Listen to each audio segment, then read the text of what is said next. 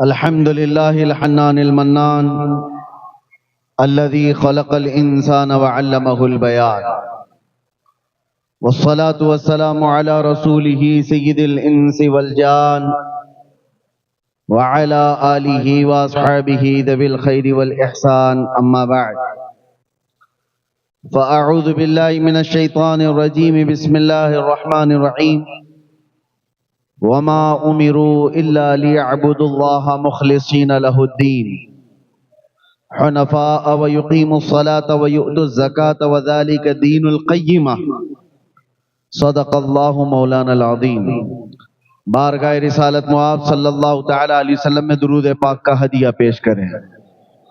اللہم صلی علی سیدنا محمد معدن الجود والکرم وآلہ واصحابہ الکرام وابنہ الکریم وبارک وسلم صلاة دائمتا سرمدا ابدا. اللہ تعالیٰ کا کروڑا شکر و احسان کہ آج ایک خدا کو ماننے والی اس قوم نے اس رب ذوالجلال کے حضور حاضر ہونے کے لیے اپنی پیشانیاں جھکانے کے لیے بیت اللہ کی تعمیر کی ہے. آج ہم اس مسجد کی افتتاحی تقریب میں حاضر ہیں. مسجد اللہ کا گھر ہے جیسے ہر مسلمان کو معلوم ہے. گھر رہنے کے لیے نہیں ہے. کوئی اگر عقل سے پیدل آدمی یہ پوچھنے لگ جائے کہ اگر یہ گھر ہے تو کیا اللہ اس میں رہتا ہے؟ ہر گھر رہنے کے لیے نہیں ہوتا. اللہ تبارک و تعالیٰ سے اس کو نسبت دی گئی ہے کہ گھر رہنے کا نہیں ہے بلکہ اس کی ملکیت، اس کا مالک صرف اللہ ہے. اسی لیے سب سے پہلے مسجد کے جو ذمہ دار بنتے ہیں، کمیٹی بنے، صدر بنے، اراکین بنے، ان کو سب سے پہلے یہ سوچ لینا چاہیے میں اس مسجد کا مالک نہیں، خادم ہوں. مالک صرف اللہ ہے. اور اسی وجہ سے کسی مسجد کو ہم ایک جگہ سے دوسری جگہ ٹرانسفر کرنے پر کیوں نہیں مانتے؟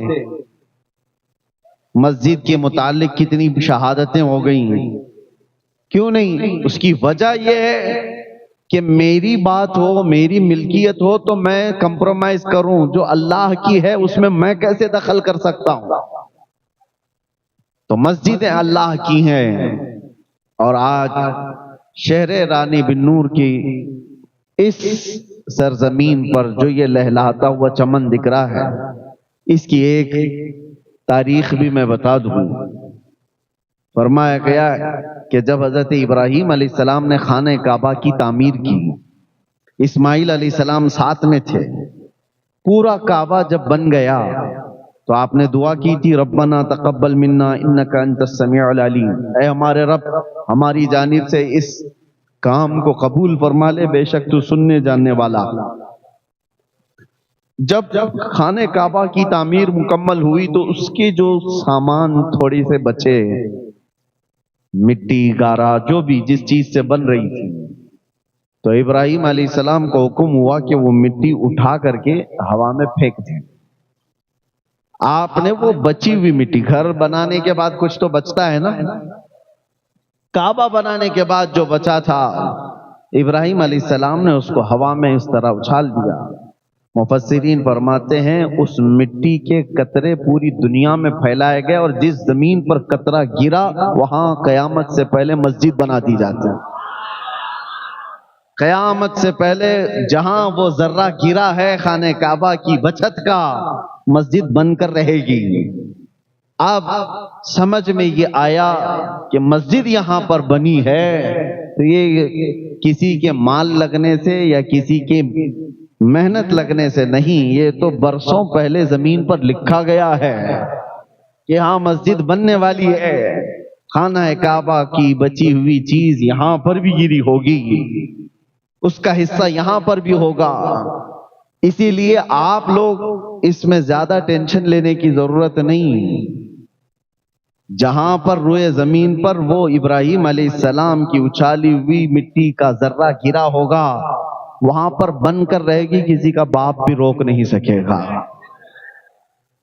مسجد بنے گی۔ اور دوسری بات یہ، مسجد کی تعمیر کے بعد ایک عقیدہ بھی میں آپ کو دینا چاہتا ہوں، بلکہ ہر مسلمان کا یہ عقیدہ ہے۔ اتنا سجایا آپ نے مسجد کو، لاکھوں اس میں خرچہ کیے ہیں، اس کے دیوار سے لے کر اس کے ممبر، اس کے محراب، اس کی قالین، اس کے جھومر، ساری چیزوں سے اس کو رنگ و روغن سے سجا دیا ہے۔ اور اس لیے بھی میں اس کو غلط نہیں ٹھہرا رہا، ہونا یہی چاہیے کہ ہمارا گھر جتنا نہ سجے اس سے کئی درجے زیادہ اللہ کا گھر سجا ہوا ہو۔ پہلے تو بزرگوں کا یہ معمول ہوتا تھا کہ مسجد سے اوپر کسی کا مکان نہیں ہوتا تھا، مسجد سے اونچا گلی میں کسی کا مکان نہیں ہوتا تھا کہ اللہ کا گھر ہے اس سے بڑا گھر کسی کا نہیں ہونا چاہیے۔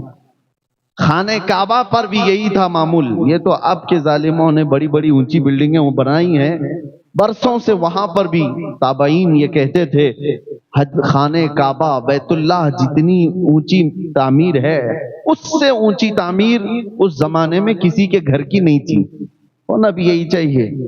ہم اپنی استطاعت کے مطابق اللہ کے گھر کو خوب سجاتے ہیں، آپ نے بھی بہت سجایا ہے، آج اس کا افتتاح ہے۔ لیکن ایک سوال کبھی آپ کمیٹی والوں سے کرتے، امام سے کرتے کہ یہ پورا مکان اللہ کا، یہ گھر پورا سج تو چکا ہے لیکن اس میں کہیں خدا کی تصویر کیوں نہیں ہے؟ خدا یہاں پر دکھتا کیوں نہیں ہے؟ سارا سامان تو لگایا، آج تک کسی نے یہ سوال کیا نہیں؟ ہم پیدائشی عقیدہ یہ لے کر کے آ رہے ہیں۔ یہ دنیا کی واحد قوم ہے مسلمان جو بغیر دیکھے اللہ کی بارگاہ میں سر بسجود ہوتی ہے۔ وہ دوسری قومیں ہیں جن کو جھکنے کے لیے سامنے دیکھنا پڑتا ہے، اور قرآن میں مولا نے ہماری تعریف میں یہ فرمایا یؤمنون بالغیب، یہ وہ لوگ ہیں جو غیب پر ایمان لاتے ہیں۔ تمہیں کس نے کہا، تمہیں کس نے کہا کہ اللہ ہے؟ صرف میرے عزیزو ہم نے جو رب تبارک و تعالیٰ کے وجود کو پہچانا ہے وہ کس کے ذریعے سے؟ محمد الرسول اللہ کی ذات سے۔ میرے آقا صلی اللہ تعالیٰ علیہ وسلم نے فرمایا اللہ ہے تو ہم نے اس کو تسلیم کر لیا، اللہ ہے۔ اب یہاں پر بہت سارے ملحدین جو آج کے زمانے میں ایتھیزم جو پھیلا ہوا ہے، ایک عجیب سی بات ہے، وہ بہت ساری چیزوں کو ایکسپٹ کرتے ہیں اور کچھ چیزوں کو ایسا اگنور کرتے ہیں، نکارتے ہیں۔ حیرت کی بات ہے، ایک نوجوان لڑکا ہے، اس سے میں نے پوچھا، کہا کہ ہم سائنٹیفک بات کرتے ہیں، جو چیز دکھ رہی ہے ہم اس کو مان رہے ہیں، جو چیز نہیں دکھ رہی ہے آپ خدا کے ہونے کو کیوں ہم کو منوا رہے ہیں؟ خدا کو کسی نے دیکھا ہے تو نہیں دیکھا تو ہم کیوں مانیں؟ اور جو چیز دیکھی ہے اس کو تو ہم مانتے ہیں۔ تو میں نے کہا اگر یہی اصول ہے تو مجھے بتاؤ، چاند کی زمین، چاند کے اوپر جانے کے بعد وہاں کی زمین، وہاں کی گریویٹی کیسی ہے؟ کہا وہ زمین کے برابر نہیں ہے، گریویٹی نہیں ہے۔ چاند پر جانے کے بعد وہاں کی گریویٹی، زمین کی گریویٹی بہت الگ ہو جاتی ہے، وہاں کا سب کچھ الگ ہے۔ کہا یہ بات تو ٹھیک ہے۔ سورج کے اندر کتنے سیلسیس ڈگری پاور ہے، کتنی گرمی ہے؟ اس نے کہا کہ اتنے اتنے ہوتا ہے، اتنے لاکھ سیلسیس ڈگری کی گرمی اس کے اندر ہوتی ہے۔ اب ہم نے ان سے یہی سوال کیا، کیا تم گئے تھے چاند میں یا تمہارا باپ گیا تھا؟ اور سورج کی اس گرمی کو کون ناپ کر کے دیکھا ہے؟ کہا فلاں سائنٹسٹ نے کہا ہے۔ چاند کے بارے میں کہا نیل آرمسٹرانگ گیا تھا اور اس نے بتایا وہاں کی مٹی ایسی ہے، فلاں ایسا۔ کہا فرق تو یہی ہے، تو بھی سنی ہوئی بات کو ہی مان رہا ہے، ہم بھی سنی ہوئی بات کو مان رہے ہیں، اور تو نیل آرمسٹرانگ کا مرید ہے اور میں محمد الرسول اللہ۔ تو دنیا کے ایک سائنسدان کی بات پر یقین کر کے بیٹھا ہوا ہے، چاند ایسا ہے، تو خود بھی نہیں گیا۔ کہتا ہے کہ سائنس نے ترقی کی، سائنس بھی کسی کی بات پر ہی چل رہا ہے۔ وہ چاہے نیوٹن ہو، آئنسٹائن ہو، ڈارون ہو، ان کی جو تھیوریاں چل رہی ہیں، دنیا بڑی بیوقوف بن جاتی ہے۔ یہ لوگ بیٹھ کر کے ڈیبیٹ کرتے ہیں، ان سے پوچھو کیا یہ تھیوری تمہاری ہے، تم نے مشاہدہ کیا؟ کہ نہیں، فلاں سائنٹسٹ نے، فلاں سائنٹسٹ کی بات پر تو تجھے یقین ہے، اور ہمیں غوث و خواجہ کی بات پر کیوں نہ یقین ہو؟ اور رہی بات، تم کہتے ہو جو چیز دیکھی ہوئی ہے اسی کو مانا جاتا ہے، جو چیز دیکھی ہوئی ہے اسی کو مانتے ہیں ہم۔ تم نے نہیں دیکھا کہ چاند کی زمین کیسی ہے، ایک سائنسدان نے دیکھا چاند کی زمین ایسی ہے، تم نے مان لیا، اور ہم سے کہتے ہو خدا نہیں دیکھا تو کیوں مانتے ہو؟ ہاں، میں نے نہیں دیکھا، معراج کی شب میرے مصطفیٰ نے ضرور دیکھا ہے، میرے مصطفیٰ نے دیکھا ہے، اسی لیے ہم نے رب کو پہچانا ہے تو میرے مصطفیٰ کے دروازے سے، اور جو اس دروازے سے مضبوطی کے ساتھ لگا ہے اس کو اعلیٰ حضرت فرماتے ہیں بخدا خدا کا یہی ہے در، نہیں اور کوئی مفر مکر، جو وہاں پہ ہو یہی آ کے ہو، اور جو یہاں نہیں تو وہاں نہیں۔ یہ ہے ہمارا طریقہ استدلال۔ رب تبارک و تعالیٰ کے وجود کے بارے میں وہ کسی اور ٹاپک پر یا کسی اور موقع پر عرض کریں، لیکن آج ہم اللہ کے اس مقدس گھر میں آئے ہیں۔ اے مسلمانوں، میں دلیل کے طور پر یہ نہیں کہہ رہا ہوں، ویسے تو دلیل کے متعلق جب بزرگان دین سے پوچھا گیا کہ آپ خدا کے ہونے پر یقین رکھتے ہیں، کیا دلیل ہے؟ انہوں نے تو بہت ایسی باتیں رکھی، کہا میں تو شہد کی مکھی کو دیکھ کر کے یقین رکھتا ہوں کہ اللہ ہے۔ کسی بزرگ نے کہا کیسے؟ کہا ایک ہی مکھی ہے، ایک ہی مکھی ہے، منہ بھی ایک ہے، ساری چیزیں، ڈنک مارے تو اس کی طرح زہر کسی کا نہیں، لیکن اگر تھوک دے تو اس سے زیادہ میٹھا بھی کچھ نہیں۔ یہ کیسے؟ اور ایک دو نہیں، حضرت سفیان فرماتے ہیں کہ شہتوت کا درخت ہوتا ہے، اس کو ہرن بھی کھاتی ہے، شہد کی مکھی بھی اس کو چوستی ہے، اور اس کے علاوہ کئی جانور اس سے شہتوت کو کھاتے ہیں۔ شہد کی مکھی کھائے تو شہد دے، ہرن کھائے تو مشک اور نافع، اور بکری اور گائے کھائیں تو دودھ، سب ایک ہی چیز سے لے رہے ہیں لیکن دینے والی چیزیں ان کے اندر بدل جاتی ہیں۔ کہا کہ تمہارے اندر، ایک بزرگ ہیں فرماتے ہیں کہ ہماری ذات میں ہی اتنی چیزیں ہیں اللہ کے ہونے پر، اللہ کی نشانیوں کے لیے۔ قرآن خود کہتا ہے وَفِي أَنفُسِكُمْ أَفَلَا تُبْصِرُونَ، تمہاری ذات میں میری نشانیاں ہیں، دیکھتے کیوں نہیں؟ ایک روٹی کا ٹکڑا، ایک روٹی لے کے آؤ، ہاں اس پر سب کا کنٹرول ہے۔ اگر گیہوں کی روٹی ہے تو کسان نے بویا ہوگا، فصل اگایا ہوگا، کٹائی کیا ہوگا، اس کے بعد بازار میں گیہوں آئے ہوں گے، وہاں تک بھی کتنے گیہوں آپ کو خریدنا ہے وہ آپ کا اختیار ہے، 1 کلو لینا ہے، 2 کلو لینا ہے آپ لوگ، آٹا باریک پسوانا ہے، موٹا پسوانا ہے، آپ کا اختیار ہے، آٹے کے بعد روٹی بڑی بنانا ہے، چھوٹی بنانا ہے، آپ کا اختیار ہے، تیل والی بنانا ہے، سوکھی بنانا ہے، آپ کا اختیار ہے، روٹی بیل کر کے بنانا ہے، ہاتھ سے مار کے بنانا ہے، آپ کا اختیار۔ روٹی پوری بن گئی، لقمے 4 کر کے کھانا ہے کہ 6 کر کے کھانا ہے، آپ کا اختیار، سب یہاں تک تو تمہارا اختیار۔ چبا کر کے نگل جانے کے بعد اس روٹی سے گوشت کتنا بننا ہے، خون کتنا بننا ہے، پیپ کتنا بننا ہے، اس میں تمہارا کوئی اختیار نہیں۔ کون بناتا ہے؟ اس ایک روٹی سے گوشت بھی بنتا ہے، خون بھی بنتا ہے، اور فضلہ بھی بنتا ہے، جسم کی جو ضروریات ہیں، منی کے قطرے بھی بنتے ہیں۔ ایک روٹی خون کیسے بناتی ہے، منی کا قطرہ کیسے بناتی ہے، گوشت کیسے بناتی ہے، اور ماں کے سینے میں دودھ کیسے بناتی ہے، یہ تمام چیزیں ایک روٹی۔ پتہ یہ چلا جب تک منہ سے باہر ہے میرا کنٹرول ہے، منہ کے اندر جانے کے بعد خالق کائنات کے نظام میں چلا جاتا ہے۔ یہ ہماری ذات میں موجود نشانی ہے، ہماری ذات کے اندر ہمارا کنٹرول نہیں ہے۔ اور کیا آپ نے کبھی محسوس کیا خون اور دودھ کتنے اپوزٹ لگتے ہیں، نہ ان کی رنگت میں کوئی مشابہت ہے، دیکھنے میں کوئی مثل لگتا ہے، ایک لال اور ایک سفید، نہ خوشبو میں ہے، دونوں میں کوئی میل جول ہے، خون کی بو الگ ہے، دودھ کی بو الگ ہے۔ نہ دیکھنے میں، نہ سونگھنے میں، نہ چکھنے میں کوئی ذرا برابر بھی ان کے اندر مشابہت نہیں۔ خون چکھ کر کے دیکھ لو، دودھ چکھ کر کے دیکھ لو، زمین آسمان کا فرق ہے۔ اس کے بعد اثر میں بھی، ارے دودھ کچھ اور بنا دے گا، خون کچھ اور کر دے گا، دونوں بہت ڈیفرنٹ۔ لیکن آپ کو پتا ہے قرآن کہتا ہے یخرج من بطونها شراب مختلف الوانها وفیہ شفاء للناس۔ اللہ تبارک و تعالیٰ فرماتا ہے من بین فرث ودم لبنا خالصا سائغا للشاربین۔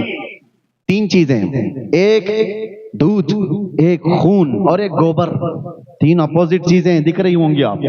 اور اللہ قرآن میں 14ویں پارے میں فرماتا ہے گائے کو دیکھو، بکری کو دیکھو، دودھ کہاں سے بنتا ہے، سائنس کے بچے ہوں وہ تحقیق کر کے معلوم کریں، ریسرچ کریں، دودھ جہاں سے نکلتا ہے اللہ فرماتا ہے خون اور گوبر کے بیچ سے نکلتا، خون اور اس کے گوبر کے بیچ سے دودھ کو نکالا جاتا ہے۔ قرآن میں رب تعالیٰ فرماتا ہے من بین فرث و دم لبنا خالصا، خالص دودھ ہم گوبر اور خون کے درمیان سے نکالتے ہیں، سائغا للشاربین، پینے والوں کو خوشحال کر دیتا ہے۔ دودھ جب آتا ہے نہ اس میں خون کا مزہ ملتا ہے، نہ رنگ آتا ہے، نہ بو آتی ہے، نہ گوبر کا رنگ ہے، نہ مزہ ہے، نہ کوئی چیز۔ یہ دونوں چیزیں ذرا برابر بھی دودھ کو اثر نہیں کرتی۔ تم بھی اپنے ہاتھ میں لے کر کے دودھ یا ایک پیالے میں لے کر کے بیٹھو اور دوسرا پیالہ گوبر کا، تیسرا پیالہ خون کا، اور اس کے بعد تینوں کو ملا کر دودھ اس میں سے نکال کر کے دکھا دو، تب تمہاری قدرت پتہ چل جائے گی۔ ایک پیالے سے میں دودھ کو ان غلاظتوں سے الگ نہیں کر سکتا، اگر ان غلاظتوں سے کوئی الگ کر سکتا ہے تو وہ ایک ہی طاقت ہے، رب ذوالجلال۔ اللہ تبارک و تعالی ان غلاظتوں سے بھی پاکیزگی کو نکالتا ہے، اور یہ اس کی قدرت کے دلائل میں سے ہے۔ قرآن عظیم میں اللہ نے فرمایا، اور پھر طاقت و قوت کی بات، دنیا بہت کچھ آج ترقی کر چکی ہوگی، یہ گھاس پھوس سے نکل کر کے اب آسمان سے بات کرنے والے عمارتوں میں آ گئے۔ لوگوں نے یہ سوچ لیا کہ اب اڑنے والے طیارے، پرندے کی شکل میں جیٹ، ساری چیزیں ہم نے بنا لی ہیں، دنیا کو ہم نے گھنٹوں میں نہیں منٹوں میں طے کرنا شروع کر دیا۔ لیکن یہ سب چیزیں ہونے کے بعد آج تک پوری کائنات میں کسی نے یہ دعویٰ نہیں کیا کہ میں کسی کی جان بھی ڈال سکتا ہوں۔ یہ ایک چیز ایسی ہے جو انسان مرتے دم تک بلکہ قیامت تک اس کو نہیں کر سکے گا۔ کیوں؟ قرآن میں اللہ تعالیٰ فرماتا ہے کہ یہ انسان کی بات تو چھوڑو، رب تبارک و تعالیٰ یہ فرماتا ہے وَمَا قَدَرُ اللَّهَ حَقَّ قَدْرِهِ۔ اللہ تعالیٰ فرماتا ہے کہ لَن يَخْلُقُوا ذُبَابًا وَلَوِ اجْتَمَعُوا لَهُ، سارے انسان مل جائیں تب بھی وہ ایک مکھی نہیں بنا سکتے، ایک مکھی نہیں بنا سکتے۔ لَن يَخْلُقُوا ذُبَابًا، قرآن کا لفظ میں کہہ رہا ہوں، وَلَوِ اجْتَمَعُوا لَهُ، سارے لوگ مل کر کے اس پر کوشش کر لیں تو ایک مکھی نہیں بنا سکتے جو جان ڈالنا ہے اس کے اندر، جاندار چیز کو نہیں بنا سکتے۔ تمہارے اندر جو جان ہے یہ اللہ کی نشانی ہے، اور موت یہ اللہ کی نشانی ہے۔ اس سے بڑی نشانیاں کیا ہو سکتی ہیں؟ موت اور حیات اللہ کے ہونے پر دلیل ہے۔ ہر بیماری کو ڈاکٹر صحیح کر سکتا ہے، مرنے کے بعد کیوں نہیں صحیح کرتا؟ چند سانسیں کیوں نہیں دے سکتا؟ ارے میرے عزیزو، تاریخ میں موجود ہے ایک بہت بڑا امیر زادہ، کوریا کا رہنے والا، جو حکومتوں کو خرید لیا کرتا تھا، ملین نہیں بلین ڈالرز کا مالک، لیکن بیمار ہوا۔ یہ 2012 اور 14 کی بات میں عرض کر رہا ہوں۔ ایک بہت بڑی ٹیلی فون کمپنی کا مالک دنیا میں، جس نے پورا ہنگامہ مچا رکھا تھا، بیمار ایسا ہوا کہ بستر پر گرا۔ جانتے ہو پر ڈے اس کو ڈاکٹر دیکھنے کے لیے جو آتے تھے 1 کروڑ کا خرچہ تھا، 1 کروڑ پر ڈے۔ سارے لوگ مل کر 6 سال تک اس کو بستر سے اٹھانے کی کوشش کرتے رہے، اور 6 سال میں کتنے کروڑ جا چکے ہوں گے؟ کروڑوں۔ لیکن 6 سال کے بعد دنیا کے ٹاپ لیول کے ڈاکٹرز نے اپنی عاجزی کا اعلان کیا اور کہا کہ صاحب ثروت جنہوں نے کئی 100 کروڑ کے خرچ کر چکے ان کی سانسیں بند ہو چکی، ہم نہ بستر سے اٹھا سکے نہ ایک سانس زیادہ دے سکے۔ ہمارے زندگیوں میں جو سانسیں چل رہی ہیں خدا کے ہونے کی نشانی وہ رب ہے۔ امام اعظم ابو حنیفہ رحمۃ اللہ تعالی علیہ کی بارگاہ میں امام جعفر صادق رضی اللہ تعالی اہل بیت کے بڑے امام، آپ کی بارگاہ میں ایک شخص آیا، بہت آزاد خیال تھا، کیسے ہو سکتا ہے خدا، کون ہے؟ آپ نے کچھ نہیں، جواب دینے کے ائمہ کے انداز الگ الگ ہیں۔ آپ نے کہا کبھی سمندر کا سفر کیا؟ کہا ہاں میں نے کیا ہے۔ کیا کبھی سمندر کا خوفناک سفر بھی دیکھا؟ سمندر کے سفر اچھے بھی ہوتے ہیں، بہت سخت بھی ہوتے ہیں، خوفناک بھی ہو جاتے ہیں۔ اس نے کہا میری زندگی میں ایک سفر اتنا ڈینجر ہے کہ اس کو بھول نہیں سکتا۔ کہا کیا ہوا تھا بتا؟ کہا جہاز تو نکل چکا، اچانک طوفانوں کے بیچ گر گیا ہمارا جہاز، اور جتنے اس پر کیپٹن تھے، ملاح تھے، ایک کے بعد دیگرے سب مر گئے، ڈوبتے چلے گئے۔ جہاز میں پانی اتنا آیا کہ کوئی سنبھال نہ سکا، سب گر گئے، مر گئے، اور جہاز ٹوٹ کے بکھرا۔ تو میں نے پہلے تو یہ سوچا تھا کہ یہ ملاح کسی طرح نکال لیں گے، نہیں، وہ سب مر گئے۔ تو جہاز کے سوچا کہ یہ کسی طرح تیر کر باہر آ جائے گا، جہاز ٹوٹ گیا، ایک تختہ بچا تھا، میں اس تختے پر آ گیا اور اس تختے پر لیٹا رہا۔ تھوڑی دیر کے بعد اس تختے نے بھی ساتھ چھوڑ دیا، میں گر گیا سمندر میں اور اپنے آپ کو موجوں کے حوالے کر دیا۔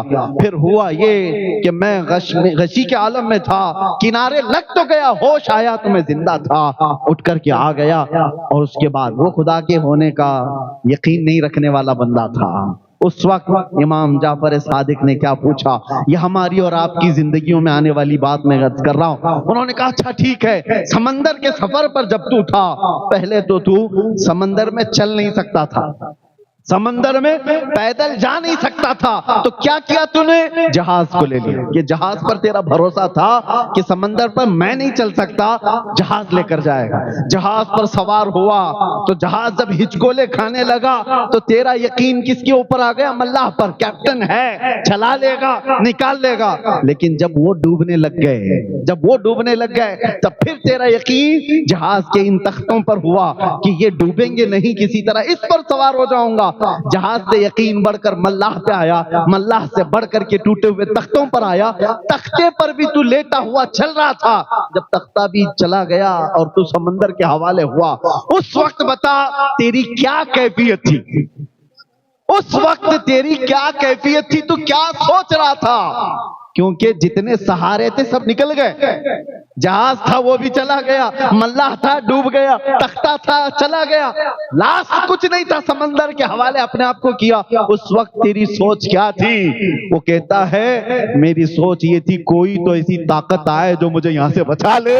امام جعفر صادق کہتے ہیں جو تیری روح نے پکارا اسی کا نام اللہ رب العزت ہے۔ جو تیری ایسی کیفیت میں یاد آ جائے سمجھ لے وہی اللہ کی ذات ہے۔ جہاں سارے سہارے ختم ہو جائیں، سارے امیدیں ٹوٹ جائیں، وہاں پھر جس چیز کی یاد آتی ہے وہ رحمان و رحیم ہے۔ میرے عزیزو، یہ ہم نے زندگیوں میں تجربے کے طور پر بھی دیکھا ہے، جب سارے لوگ چھوٹ جائیں، آخری جو امید ہے اسی امید کو کہتے ہیں، اسی یقین کو کہتے ہیں اللہ کی ذات۔ اللہ کی ذات، یہاں سے بندہ پھر اتنا پاورفل ہوتا ہے۔ ابھی میں آپ کو بتاؤں مسجد میں بیٹھے ہیں، یہ چھت لگی ہے، چھت کس پر کھڑی ہے؟ چھت تو پلر کے اوپر ہے، دیواروں کے اوپر ہے، لیکن ابھی اگر کوئی بتا دے کہ کریک ہو گئی، چھت گر سکتی ہے، تو آپ کیا کریں گے؟ بھاگ کر کے باہر نکل جائیں گے، یہی ہوگا۔ چھت، پلر والی چھت گر رہی ہے تو بھاگ کر کے کہاں جاتے ہیں؟ آسمان کے نیچے جس کا کوئی پلر ہی نہیں ہے، اس کا کوئی پلر ہی نہیں، پورا آسمان، کہیں پلر ہے؟ عجیب یقین ہے تمہارا، یہ پلر والی چھت پر یقین نہیں ہے کہ یہ بلڈر کا بنایا ہوا ٹوٹ سکتا ہے، وہ رب العالمین کا ہے، کبھی نہیں ٹوٹے گا۔ اس یقین کا نام ہے خدا وحدہ لا شریک کا ہونا۔ تمہارا یقین بتاتا ہے، تمہارا یقین، تم بچنے کے لیے بھاگتے کہاں ہو؟ بھاگتے وہی ہو، یہ بے اختیار ہے، کوئی کہتا نہیں ہے تمہیں۔ یہ بغیر تمہارے، یہ فطرت میں اللہ نے تمہارے ڈال رکھا ہے، فطرت میں ڈال رکھا ہے۔ میرے عزیزوں بہت سارے ایسے ہیں، ہر بچے کو سکھایا نہیں جاتا آگ گرم ہوتی ہے، برف ٹھنڈا ہوتا ہے، فطرت میں اللہ اس کے ڈالا ہوا ہے۔ کیا سب کو سکھایا آپ نے؟ ہر بچے، کسی بچے کے ساتھ اتفاق ہو گیا، آگ کے قریب آیا تو اس کو بتا دیا ہوگا، لیکن ایسا ہوتا نہیں عام طور پر کہ وہ بھی کلاس لی جاتی ہے، آگ کتنے سیلسیس گرم ہوتی ہے، یہاں انگلی نہیں لگاتے، وہاں نہیں لگاتے۔ ارے یہ سینس ہے جو ہر انسان کے اندر آتا ہے، ہر انسان کے اندر آتا ہے۔ اور یہ بھی آپ بتاؤ، میں آپ سے پوچھتا ہوں، کہیں کوئی کورس کیا ہے آپ نے کہیں پر، کسی اسکول میں، یونیورسٹی میں، کالجز میں، کہ خوشبوئیں دنیا میں کتنی ہیں اور بدبوئیں کتنی ہیں؟ اس پر کسی نے کورس کیا ہے کیا؟ کوئی کورس کیا ہے؟ آپ مجھے بتانا کہیں پر بھی کوئی ریسرچ ہوا ہے؟ اس کو خوشبو کہتے ہیں، اس کو بدبو کہتے ہیں۔ نہیں کیا کورس، آپ نے کبھی نہیں کیا، مجھے پتا ہے۔ لیکن میں کوئی بھی ایک چیز لا کر کے رکھ دوں جس سے مہک آ رہی ہے، اس کا نام کچھ بھی نہیں۔ میں آپ سے پوچھوں، بتاؤ یہ خوشبو ہے یا بدبو ہے؟ تمہاری ناک بتا دے گی یہ بدبو۔ یہ سینس کیسے آیا؟ کیا اس کا نام تمہیں پتا؟ کہیں ریسرچ کیا ہے کہ اس کو بدبو کہتے ہیں؟ نہیں، تمہاری طبیعت اس کو ایکسپٹ نہیں کر رہی ہے۔ یہ میری طبیعت پر بوجھ بن رہی ہے، دماغ پر بوجھ بن رہی ہے، یہ بدبو ہی ہے۔ اسی کی جگہ اگر میں کوئی اچھی والی خوشبو لا کر کے رکھ دوں، نام کچھ نہیں، نام کچھ نہیں، میں آپ سے کہوں بتائیے کیا ہے یہ سونگ کر، وہ کہے گا کچھ تو ہے لیکن خوشبو ہے۔ یہ چیز میں آپ کو یہ بتا رہا ہوں، جو لوگ یہ کہتے ہیں کہ خدا کے ہونے پر کسی کو بتانا ضروری ہے، میرے عزیزو اللہ نے خود زندگی میں ایسی چیز ڈال رکھا ہے۔ تم جب خوشبو اور بدبو کو بغیر کسی استاد کے پہچان لیتے ہو، بغیر کسی استاد کے پہچان لیتے ہو، اللہ تعالیٰ قرآن میں فرماتا ہے وَهَدَيْنَاهُ النَّجْدَيْنِ، ہم نے ہر انسان کو دو چیزیں عطا کی ہیں، خیر والی بھی اور شر والی بھی، تم خود پہچان لیتے ہو۔ اس لیے اپنے عقل کا بھی استعمال کرو، اور جہاں عقل تھک جائے مالک عقل اور عقل کو صحیح پرکھنے والے، کامل عقل والے انسان کامل محمد الرسول اللہ کا سہارا لو۔ بات یہی ہے۔ اب یہاں پر ایک اور بات بتا دوں، عقل کا استعمال کر کے نشانیوں سے آدمی سمجھ تو سکتا ہے۔ دھواں ہے کہیں پر، دھواں کہیں ہے، آپ بغیر وہاں گئے اتنا تو کہہ سکتے ہیں آگ تو لگی ہوگی۔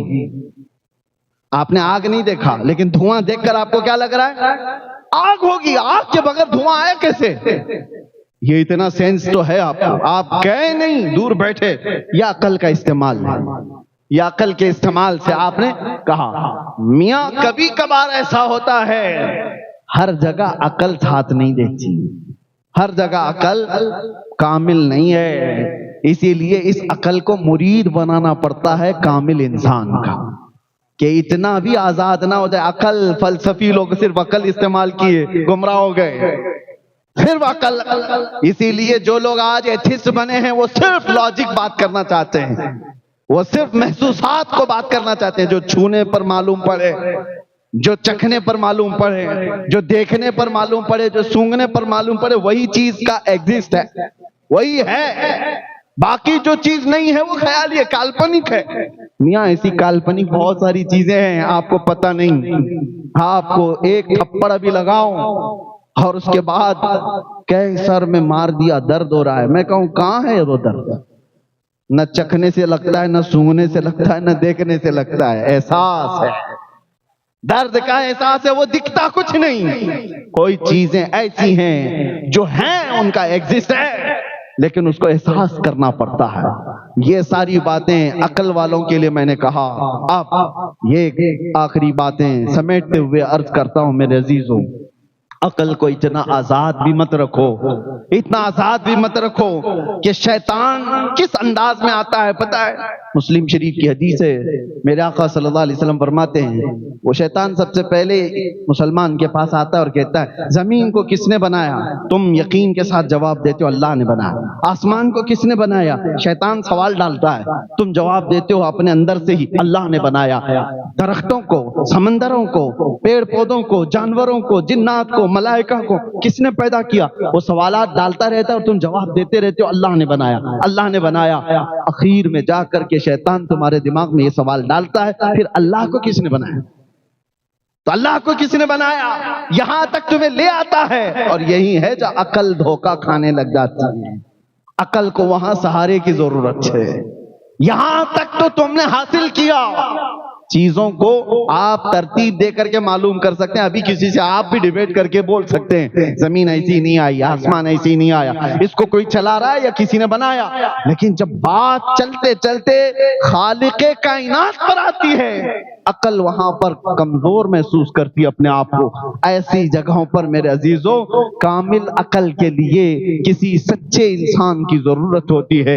اسی طرح امام فخر الدین رازی ایک بہت بڑے بزرگ ہیں، فلسفی ہیں، منطقی ہیں، اور دلائل سے لوگوں کو عاجز کر دیتے تھے، پوری دنیا میں ان کے چرچے تھے۔ لیکن موت کا وقت جب قریب آیا تو شیطان ان کے پاس آیا، کہا رازی تم بڑے فلسفی ہو، منطقی ہو، سائنسدان ہو، بتاؤ اللہ کے ہونے پر تمہاری کیا دلیل ہے؟ اللہ کے ایک ہونے پر کیا دلیل ہے؟ امام رازی نے دلیل دے دی۔ موت کا وقت قریب ہے، سرانے کے پاس کوئی بزرگ کی شکل میں آیا ہوا شیطان، آپ نے دلیل دی، اس نے دلیل کو کاٹ دیا، دوسری دلیل دی اس نے کاٹ دیا، تیسری دلیل دی کاٹ دیا، اور شیطان بھی بڑا علم والا ہے، 360 دلیلیں انہوں نے اللہ کے وجود پر دی، ہم کہاں سے دے پائیں گے؟ 360 دلیلیں دی اللہ کے ایک ہونے پر اور اللہ کے وجود پر۔ جب اخیر میں عاجز آ گئے، ایمان ڈگمگانے جیسا لگا، آدمی پھر سوچنے لگتا ہے پھر ہے یا نہیں؟ میں جو کہہ رہا ہوں ہر چیز کا یہ سامنے والا توڑ نکال رہا ہے، تو پھر میں اپنی بات میں پکا ہوں یا نہیں؟ شک پیدا کر دیتا ہے شیطان۔ اس وقت جانتے ہو کیا چیز ساتھ آئی؟ فخر الدین رازی بیعت کیے ہوئے تھے نجم الدین کبریٰ، سلسلہ چشتیہ کے بڑے بزرگ ہیں، اور صاحب دل بزرگ، صاحب کشف اور پیر و مرشد زندہ تھے۔ مرید کے یہ حالات دیکھ رہے تھے بڑی دور سے، وضو فرما رہے تھے، اور دیکھا نہ گیا اپنے مرید کی جانکنی کے وقت کے یہ حالات۔ وہیں سے پکار کر کہا رازی تو کس سے بحث کر رہا ہے؟ وہ ابلیس لعین ہے جو تیرے ہر سوال پر ہر دلیل پر کاٹ کرے گا۔ اس سے صرف اتنا کہو میں اپنے خدا کو بغیر دلیل کے ایک مانتا ہوں، بغیر دلیل کے ایک مانتا ہوں۔ جب آپ نے امام رازی نے اس سے کہا میں اللہ کو بغیر کسی دلیل کے ایک مانتا ہوں، میرا زمین پر ہونا ہی دلیل ہے کہ اللہ ہے اور اللہ ایک ہے، جس طرح میں چل رہا ہوں۔ اس جواب کے بعد ابلیس لعین یہ کہتا ہوا گیا اے رازی اگر آج وہ نجم الدین کبریٰ نہ ہوتا تو میں تیرا ایمان لے جا چکا ہوتا، اس مقام پر میں نے ہزاروں کے لے لیے، اگر تیری یہ نسبت نہ ہوتی تو میں لے لیتا۔ پتہ یہ چلتا ہے کہ عقل ایک جگہ آ کر کے عاجز ہو جاتی ہے، اس کے بعد پھر ہمیں سہارے کی ضرورت ہوتی ہے، اور اسی لیے ہم اپنے زمانے کے مشائخ کے ہاتھ پر ہاتھ دے کر بیعت اس لیے کرتے ہیں کہ ہمارے پیر ہمارے شیخ جو ہیں، لیکن یہ تو سلسلہ لگا ہوا ہے مصطفیٰ کی ذات۔ اسی لیے اعلیٰ حضرت نے فرمایا کسی کا پیر کامل نہیں تو اس کا پیر کامل ہوگا، اس کا نہیں تو اس کا پیر کامل ہوگا، ارے اس کا نہیں تو اس کا، کہیں تو جا کر اوپر کامل پیر ہوگا۔ اور یہ سلسلہ ہے، چین ہے، کرنٹ ہے، ایک جگہ بٹن لگا دو تو کرنٹ نیچے تک تو آ ہی جائے گا، اس لیے یہ سلسلہ ہوتا ہے۔ بہرحال دو باتیں میں نے آج آپ کے سامنے عرض کی ہیں، ایک عقل کا استعمال کر کے اللہ کے ایک ہونے کی دلیلیں بہت بندے حاصل کر سکتے ہیں، دوسرے عقل جہاں عاجز آ جائے انسان کامل کا سہارا محمد الرسول اللہ کی ذات۔ ہم نے اللہ کو ایک مانا ہے، اللہ کے وجود کو مانا ہے تو کسی سائنسدان کے بتانے سے نہیں، میرے آقا کے بتانے سے، اللہ کے رسول نے بتایا۔ اب بہت سارے ابھی 2-3 دن پہلے ایک نان مسلم ہے، وہ مجھ سے سوال کر رہے تھے، کہا کہ ہمارے پنڈت جی کہتے ہیں یہ سورگ نورگ یہ سب چیزیں بنائی ہوئی ہیں، کالپنک ہے، کچھ ہے نہیں، کسی نے دیکھا ہے کیا؟ جنت ہے، دوزخ ہے، یہ سب دھرموں نے اپنے اپنے بنایا ہوا ہے۔ تو ہم نے کہا کہ وہ ظاہر سی بات ہے ان کے لیے کالپنک ہے، ان کے لیے کالپنک ہے کیونکہ وہ دیکھے نہیں ہیں، لیکن بہت ساری چیزیں ان سے میں پوچھتا ہوں، ان سے پوچھو نیوزی لینڈ کا ویدر کیسا ہے؟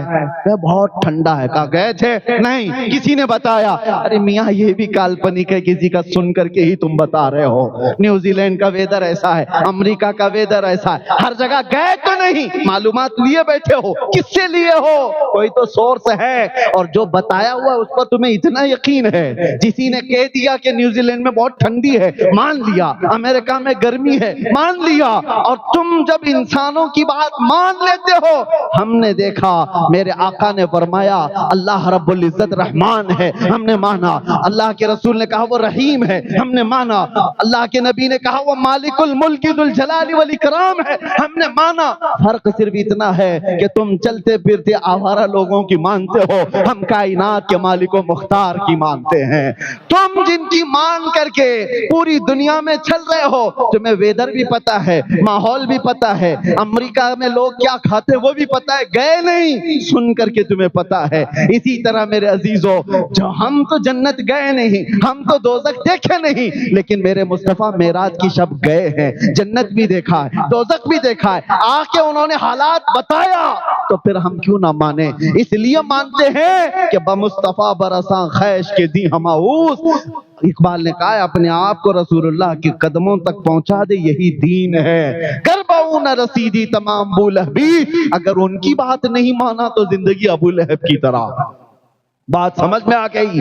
ہم حضور پاک صلی اللہ تعالیٰ علیہ وسلم کی ذات پر یقین کرتے ہوئے ہم یہ ساری چیزیں لے کر چل رہے ہیں۔ باتیں بہت ساری ہیں، دلائل بہت ساری ہیں، لیکن اتنی بات میں آپ سے کہوں گا، پراؤڈ فیل کرو، فخر محسوس کرو کہ اللہ نے تمہیں اسلام میں پیدا کیا۔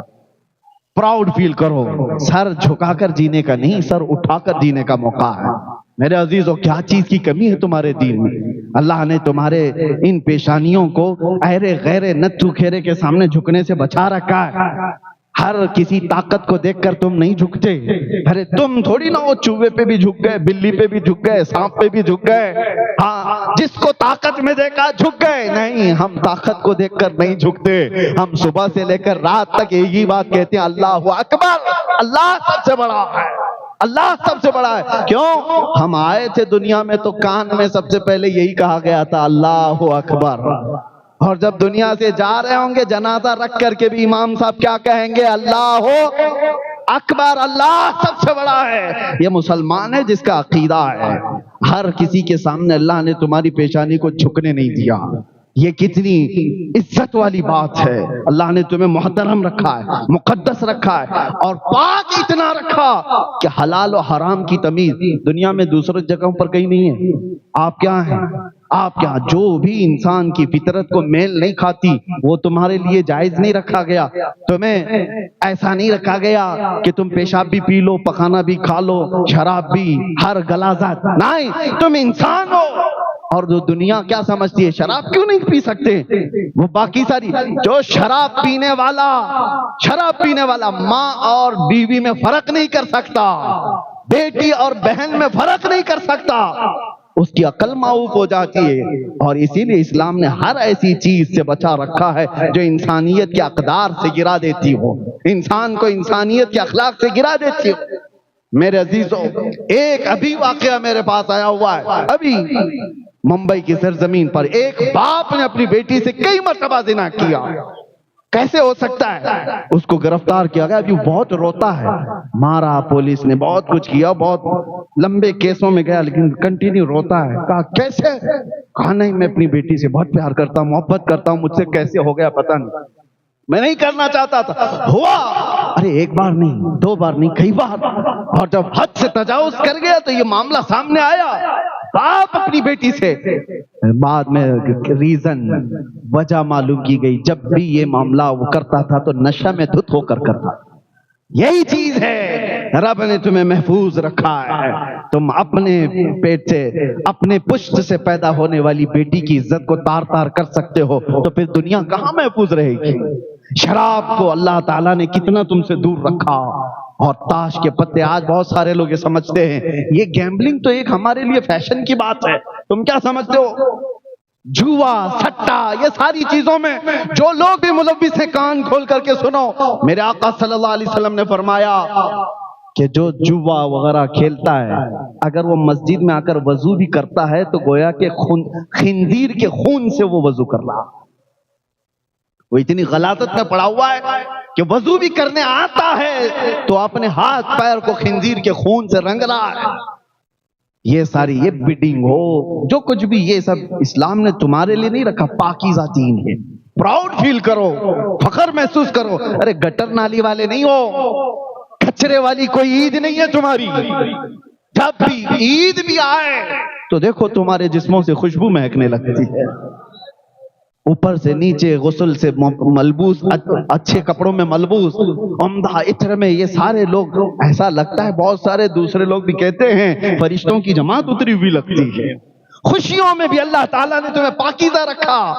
دنیا خوشیاں منائے ابھی 31 نائٹ، جانتے ہو آپ صرف انڈیا کے 5 اسٹیٹ کی بات بتا، 5 شہروں کی بات، ممبئی، کلکتہ، بنگلور، دلی اور اس طرح کے 5 بڑے میٹروپولیٹن جو سٹیز ہیں، ان میں ایک رات میں 1700 کروڑ کی شراب پی گئی۔ ایک رات کی بات کر رہا ہوں۔ یہ عید منانے کا طریقہ ہے دنیا کا۔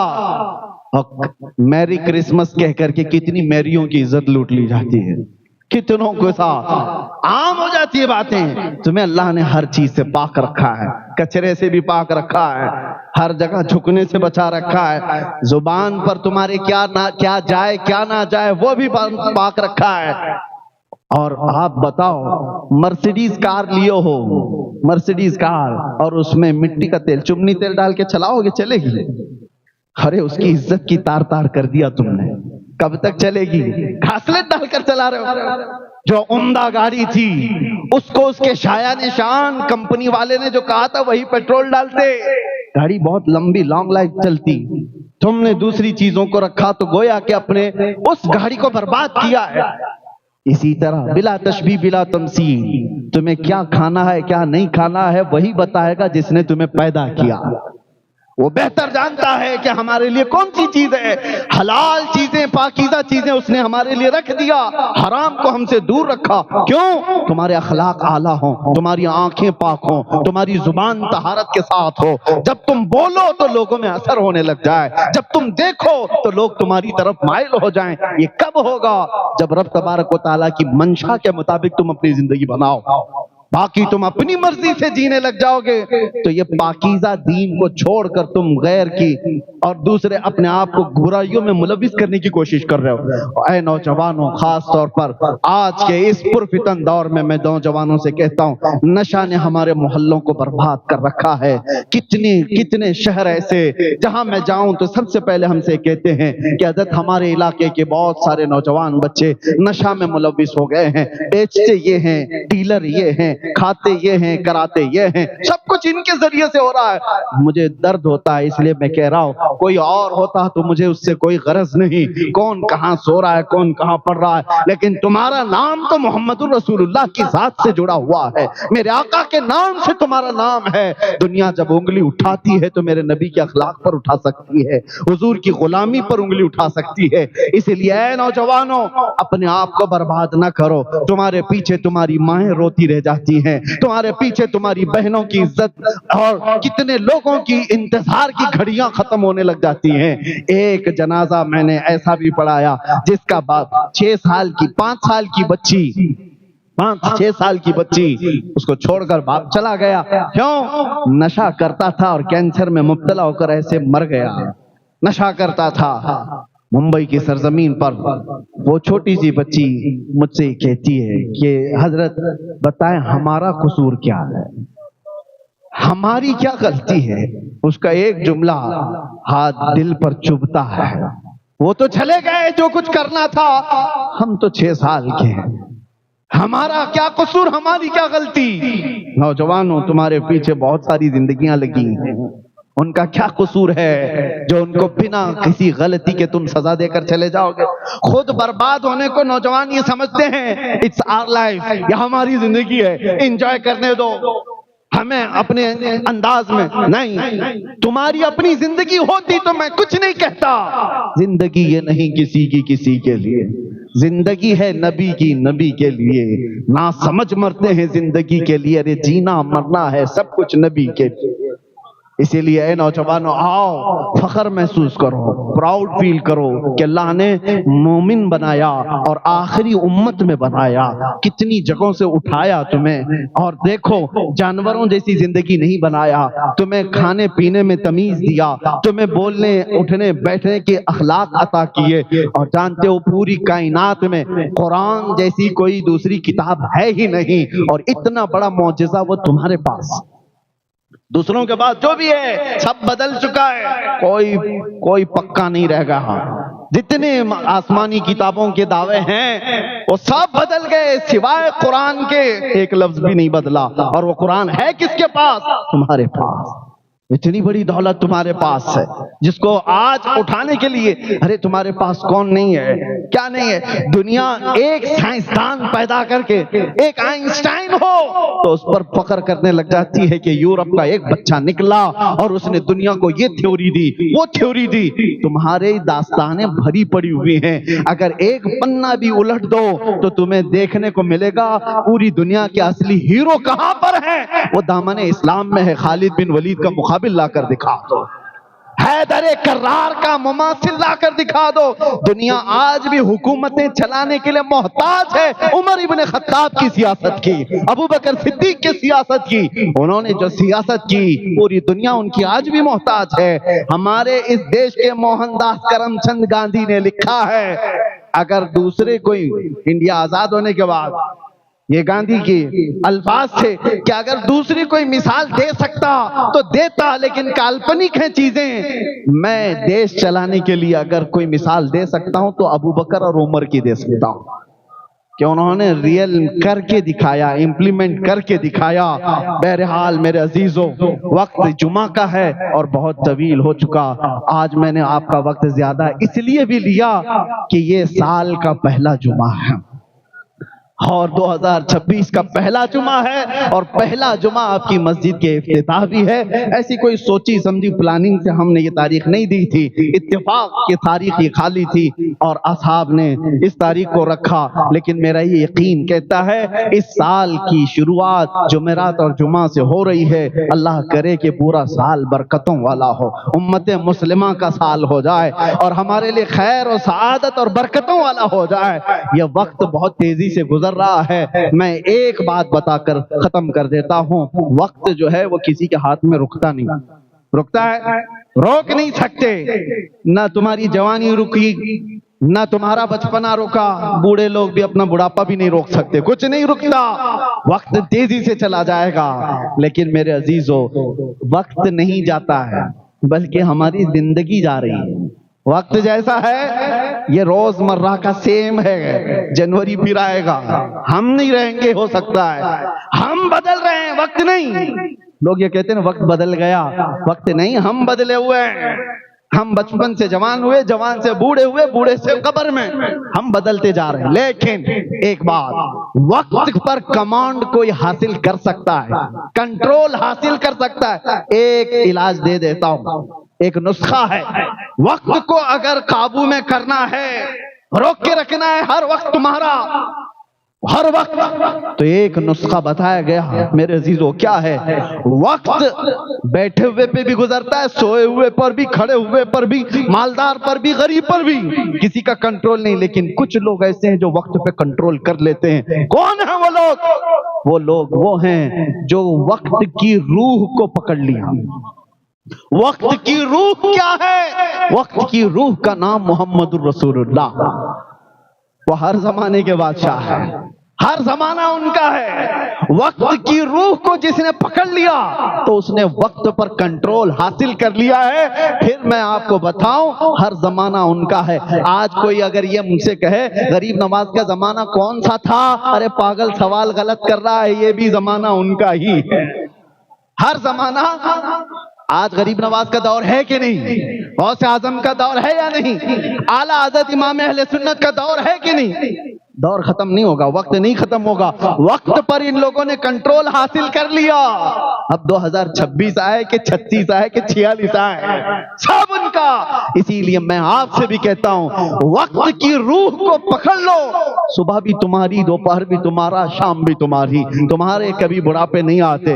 مجھ جیسے نکمے نے، ایک کمزور طالب علم نے دیکھا ہے، آج میں اپنے پرانے زمانے کو یاد کرتا ہوں، کاش وہ خالی اوقات جو ہوتے تھے بیٹھ کر بچوں کو پڑھا تھا، بخاری شریف کی تعلیم بھی دیتا۔ وقت اتنا مصروف ہو گیا کہ رہا ہی نہیں۔ میں نے یہ دیکھا ہے کہ میرے عزیزو، بات رسول اللہ کی کرو، میرے مصطفیٰ کی عزت کی بات کرو تو ایسا وقت پر اللہ کمان دیتا ہے، جس جگہ جاؤ صبح بھی بھیڑ تمہارے پاس، دوپہر بھی بھیڑ تمہارے ساتھ، شام میں بھی بھیڑ تمہارے پاس۔ اور ایسا ہی نہیں، وقت ایک جگہ کا نہیں، ہر جگہ کا تمہارا ہے۔ ہندوستان میں ہو تو بھی تمہارا، افریقہ میں ہو تو بھی تمہارا، امریکہ میں ہو تو بھی تمہارا۔ کیوں؟ روح وقت کی بات کرو، ہر وقت تمہارا ہے، ان کی بات کرو، ہر دل پہ راج کرو۔ لبیک یا رسول اللہ، لبیک یا رسول اللہ، لبیک یا رسول اللہ۔ وآخر دعوانا ان الحمدللہ رب العالمین۔